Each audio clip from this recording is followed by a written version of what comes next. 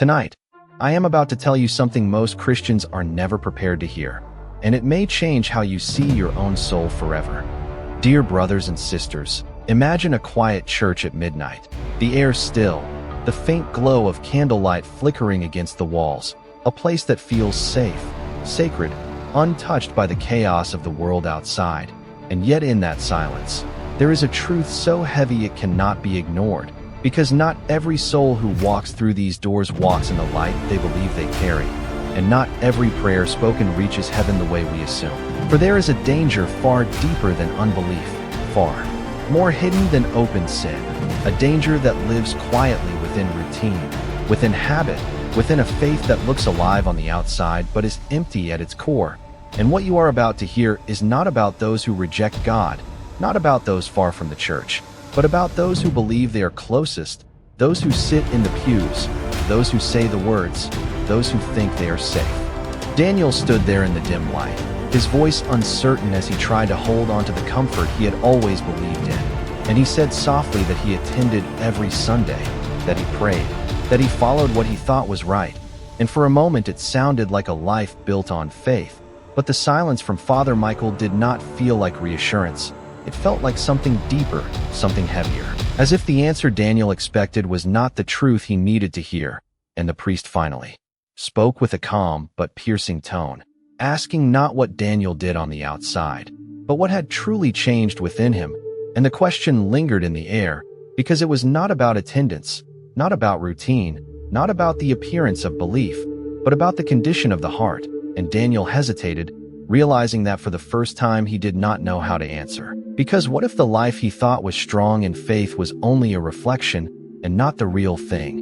And what if everything he trusted was built on something far more fragile than he ever imagined? Father Michael did not raise his voice, yet every word carried a weight that pressed deeper than any accusation, and he slowly began to speak, not as a judge, but as someone who had seen something that could not be forgotten, telling Daniel that years ago there was a man who stood exactly where he stood now, a man who never missed a service, who knew every prayer, who appeared faithful in every visible way.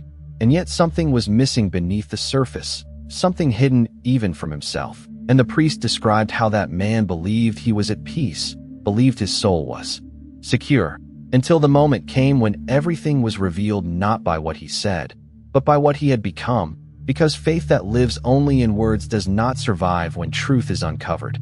And as the story unfolded, Daniel felt a quiet unease growing within him, because the life being described sounded painfully familiar, and the thought began to form that perhaps the greatest danger is not losing faith completely, but believing you have it when in reality it was never truly alive. Father Michael's gaze did not leave Daniel as he continued, his voice steady yet filled with a quiet gravity that seemed to echo through the empty church.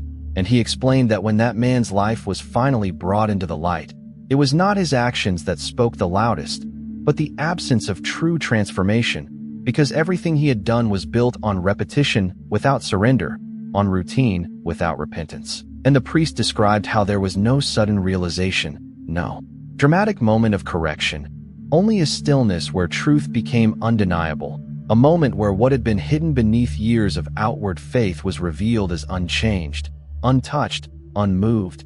And Daniel felt a chill not from fear, but from recognition, because he began to understand that this was not a story about failure in the obvious sense, but about something far more subtle, far more dangerous, the illusion of closeness to God without ever truly drawing near. And as the silence returned, once more, it carried a question that could not be ignored. What if the greatest deception is not rejecting the truth, but quietly replacing it with something that looks almost the same? Daniel could no longer hold on to the certainty he had walked in with, because the story was no longer distant. It was no longer about another man. It was beginning to reflect something uncomfortably close. And he asked quietly what exactly had been missing. What could cause a life that looked so faithful to be so empty at its core? And Father Michael answered without hesitation, saying that the man had confessed his sins, but never truly turned away from them, that he spoke the words of repentance, but his heart remained unchanged, still attached to the same patterns, the same habits, the same silent compromises. And that was the moment everything shifted, Because the problem was not ignorance. It was not rebellion. It was something far more deceptive. It was believing that saying the right things was enough, that showing up was enough, that appearing faithful was enough, when in truth none of those things transform a soul. And as those words settled, Daniel felt the weight of a realization forming. Because if change had never truly happened, then everything he trusted might be built on something that was never real to begin with. Father Michael allowed the silence to linger just long enough for the truth to settle. And then he spoke again, his voice softer now, but far more direct, saying that the most dangerous lie is not denying God, but convincing yourself that you belong to Him when your life has never truly surrendered.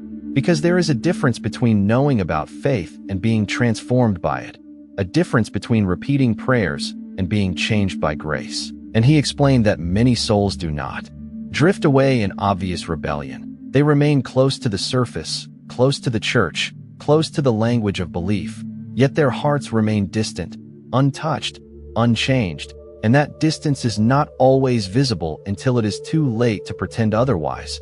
And Daniel felt something shift inside him, because for the first time he realized that sincerity is not measured by consistency alone, but by transformation, by a real turning away from what once held him. And the thought became impossible to escape. What if staying the same is the clearest sign that something was never truly alive in the first place?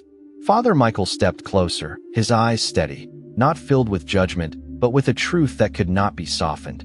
And he said quietly that the most terrifying moment is not when a soul realizes it has sinned, but when it realizes it has never truly changed. Because at that point there is nothing left to hide behind. No routine, no habit, no appearance of faith, only the reality of what has been lived. And he explained that the man he once spoke of did not see himself as lost. He believed he was faithful until the very end. And that is what made it so dangerous. Because deception feels like peace until it is exposed.